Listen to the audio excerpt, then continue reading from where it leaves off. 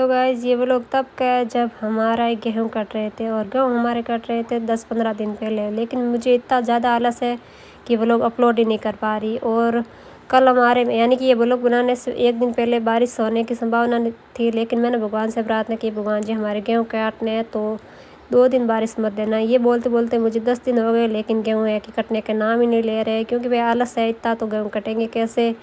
और मैंने सोचा अभी मैं ही चलती हूँ, लेकिन बीच में उन्होंने काम दे दिया तो वो काम किया। उसके बाद मैं आ गई इन भाभीयों के साथ गेहूँ कटवाने। लेकिन यहाँ थोड़े से गेहूँ काटने के बाद मुझे तबीयत भी ख़राब होने लग गई, क्योंकि भाई इतनी ज़्यादा धूप हो रखी थी। आज कल तो बारिश का मौसम था और अभी इतनी ज़्यादा धूप है, तो ये जिम्मेदारी मैं इनको ही देती हूँ। और आ गई वापस घर पे, क्योंकि दीदी का कॉल आ गया कि आजा तैयार हो जा, फिर चलते हैं जयपुर। और फिर पड़ोस की भाभियाँ और आ गई, तो इनको थैंक यू सो मच, इन्होंने गेहूँ पूरे पार करवा दिए। और उसके बाद मेरे जुल्फ़ों में गांठें आ गए, पता नहीं किसकी नज़र लगी है, तो मैंने मम्मी से निकलाई गांठें, क्योंकि वे सब बोल रहे थे बाल अच्छे ऐसे कर करके मेरे बालों की सत्यानाश कर दिए।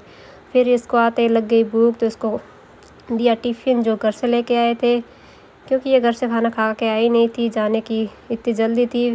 फिर बीच रास्ते में चाय कॉफ़ी ठंडा जो भी करना था वो किया, क्योंकि भाई इसकी तबीयत ख़राब हो गई थी चुटंगी की, तो थोड़ी देर रेस्ट की। और फिर फ़ोटो शूट किया बीच रास्ते में, क्योंकि सनसेट का व्यू बहुत अच्छा आ रहा था।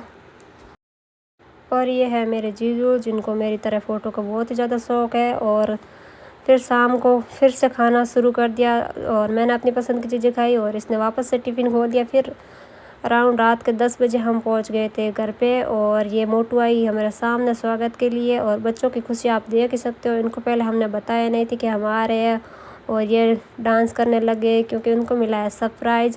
फिर सब ने खाना वाना खा के सब सोने चले गए, और मैं यहाँ बैठ गई, और ये मेरे पास छुटंगी कुछ खा रही है, ये पता नहीं क्यों नहीं सो रही।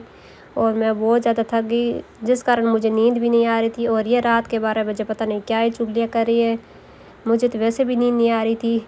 तो नेक्स्ट मॉर्निंग ये मूर्तियाँ उठ उठ के आ रही है, और भाभी झाड़ू निकाल रही है। और मैंने वैसे भी नींद ली नहीं है, क्योंकि मुझे नींद आई ही नहीं थी, और मैं बहुत ज़्यादा थक गई, क्योंकि वह सफ़र करना बहुत ही ज़्यादा मुश्किल है।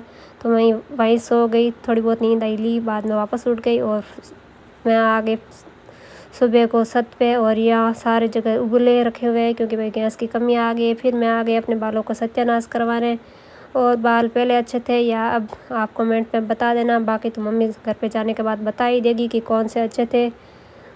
और गाइस कर दो सब्सक्राइब, फॉलो, जो भी होता है आप कर दो, comment. Bye bye, Radhe Radhe.